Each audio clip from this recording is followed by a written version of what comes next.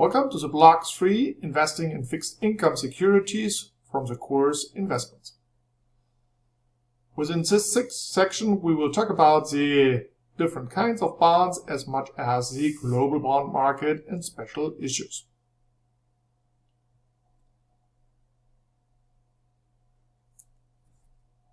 To the opposite of the stock market, the bond market is not organized on a special place, rather being an over-the-counter market.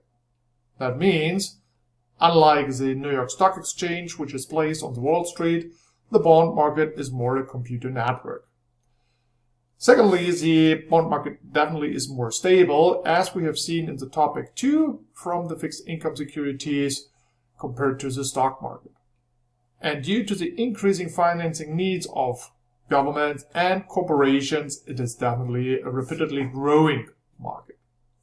Now let's have a look more deeply into the different market segments, special issues, and the global market.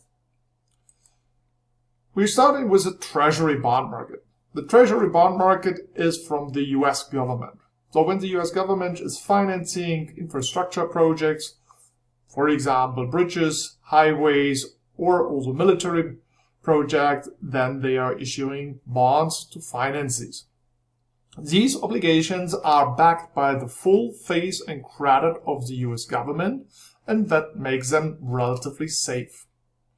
Within the Treasury bond segment, we are making the differentiation between Treasury notes and Treasury bonds. Treasury notes have a general maturity not longer than 10 years. The most common maturities are 2, 3, 5, 7, and 10 years. While the Treasury bonds in general have a 30-year maturity. Unlike many bonds in Europe, the Treasury bonds paying semi-annual interest. So if I have a 5% coupon rate, I get 2.5% after 6 months, and I get 2.5% after the next 6 months. Due to the fact that these are government bonds, they are in general exempt from local and state taxes, which makes them from the tax side also quite attractive. In general, the Treasury or the government does not issue callable bonds, though all the bonds are issued to be paid back by the end of the maturity.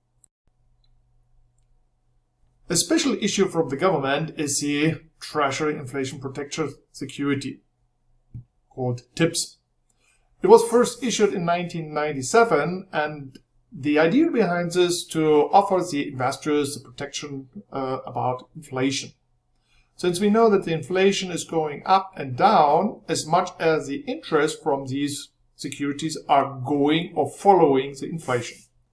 In general, you're getting 0.5 to 1% more interest than the inflation. So is inflation 2%, you get an interest of 3%. Is inflation 4%, you get an interest of 5%. Is inflation going down to 3%, also the interest goes down to 4%. The maturities which are offered on the market are normally 5, 10 years, but there are also 30 years maturities. Similar to the Treasury bond and the notes, the interests are paid semi-annually. The idea, as we mentioned, is to protect the purchasing power risk to the investor. Another major and very big segment on the bond market is definitely the corporate bond market. The corporate bond market has 4 major segments. We talk about here the industrials, typically IBM, General Electric, General Motors, but also Apple or Microsoft. We're talking again public utilities, companies which are offering electricity, transportation companies, but also then financial services, meaning banks and insurance companies. The quality and the types which are offered on the corporate bond markets are huge, though there are many issues from 2 years of maturities up to 30 years of maturities. Sometimes they can have also 35 to 40 years of maturities. Very popular is the corporate bond market because the investors are believing in the growth and into the priceability of the bond market from corporates. A special issue within the corporate bond market are zero coupon bonds. Zero coupon bonds are in the opposite of a normal coupon bond, offered not with a coupon rate, rather than only as a discount on the par value.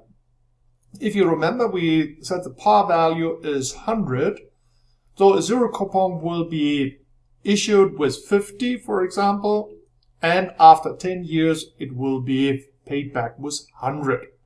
So I purchase today 5,000 worth of a bond and I get back in 10 years 10,000 worth of this bond. This gives me an intrinsic return of this bond of roughly 7%. The intrinsic interest rate has to be taxed, even if I don't get the return on that. That's a little bit of the negative of a zero coupon rate. Similar to the zero coupon rate, the government did issue as well, but here they called Treasury strips, meaning they're taking the interest coupon away and issuing these government bonds also with a discount. A very special issue is definitely on the corporate bond market a zero coupon bond. Unless a normal coupon bond, which gives us a coupon rate, 4% for example, a zero coupon bond does not offer these, though the coupon rate is 0. How do I get then the return? This zero coupon bond is issued with a discount on the par value. If you remember to the basics of the bonds, the bonds are offered on par. This is in general 100. If I discount this and offer them now with 50, so I pay 5,000 for the bond and I receive full par value by the end of 10-year maturity, that would be, for example, then 10,000. So I invested 50%, which is 5,000, of receiving 10,000 in 10 years, having an intrinsic return or internal return of 7%. The negative side on these is that even if I do not receive the interest, rather than the interest is in the increase of the price of the bond, I have to pay the taxes on these intrinsic interest rate. The government issued similar bonds on the market, but here they called Treasury strips. Another special issues are the mortgage-backed securities, which gained some kind of a doubtful name over the financial crisis 2008 and 2009.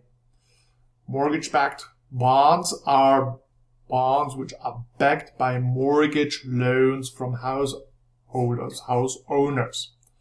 For that, the payment which I receive as the bondholders, which is mortgage-backed, includes interest payments as much as principal payments.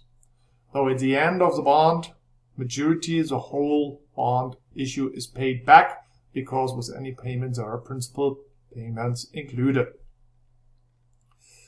These mortgage-backed securities are offered widely by the 3 federal agencies, which we call with the nicknames Ginnie Mae, the Government National Mortgage Association, the Freddie Mac, the Federal Home Loan Mortgage Association, and the Fannie Mae, which is then the Federal National Mortgage Association. Another special issue is then the collateralized mortgage obligation. The collateralized mortgage obligations are a bond pool of mortgage-backed bonds. Though it's divided into different tranches or classes for the investors with different risk, for example, and then there are offered also for different maturities. The principal payments are in the same way that there are interest and principals paid back to that. Another issue which gained a more doubtful name are the OtherBacked Securities. Within the financial crisis 2008 and 2009, they also had some tremendous effect on these crises.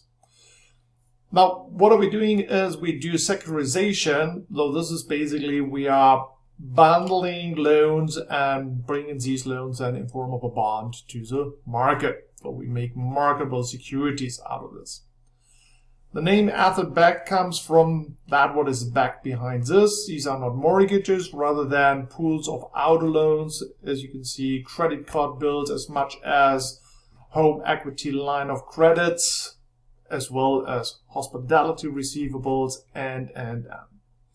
There are many possibilities to build up OtherBacked securities and sell it as a bond at the end. In general, these kinds of securities are issued by corporations rather than banks. They offer a relatively high yield due to the fact that these kinds of assets having a higher risk compared to mortgages because they are more fluctuating. The majorities of these securities are in general 2, 3, or 4 years. They're in general lower than 5 years, though they are called more medium-term maturities.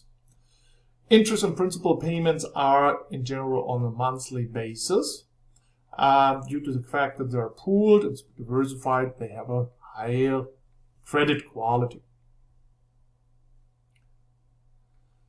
Now we're coming into the junk bonds.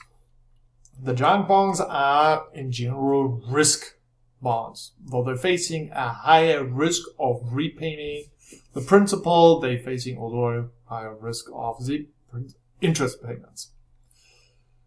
That means the rating of these junk bonds, as we discussed, for example, in the special features of the bonds, are in general BB or lower. So for that, we're expecting a higher return on that, and certainly expecting also higher fluctuation in the bond prices for these issues. Now let's have a look on the global bond market. To have a well-diversified portfolio and the bond area, certainly you have to mix international bonds to that. But that can also increase at the end a little bit the risk due to the fact that the international bond market faces also different currencies. A euro bond certainly is issued in euro, and a Japan bond is issued in yen. From a dollar-dominated investors, this causes more risk to currency fluctuations. When we look on the distribution from the corporate debt side, we can see that the US dollar bonds or the US bonds are by far the biggest part on the international market, followed by the Japanese, Euro, and then Canadian. At the end, we can say that the biggest companies, the developed companies, are having approximately 90% of the global bond market. Now, within the dollar-dominated bonds, we're differentiating the Yankee bonds and the Euro-dollar bonds. The so-called Yankee bonds are all these dollars which are issued by foreign governments or corporations, or also supranational agencies like the World Bank. But it has to be that they're issued and traded in the US, that they are registered in the SEC, and that there are all transactions being done on the US dollar. So the Yankee bonds are not from the US government and the corporates, rather than from all the other coming from the outside, issuing US dollar bonds in the US. To the opposite of that, we have the euro dollar bonds. The euro dollar bonds are traded and issued outside of the US, meaning at the end they are not issued or registered by the SEC, but they are denominated in dollar. Last but not least, we have the foreign pay bonds. These are all the other bonds which are denominated in other currencies. As I mentioned, the Japanese yen, the euro, or the Australian dollar.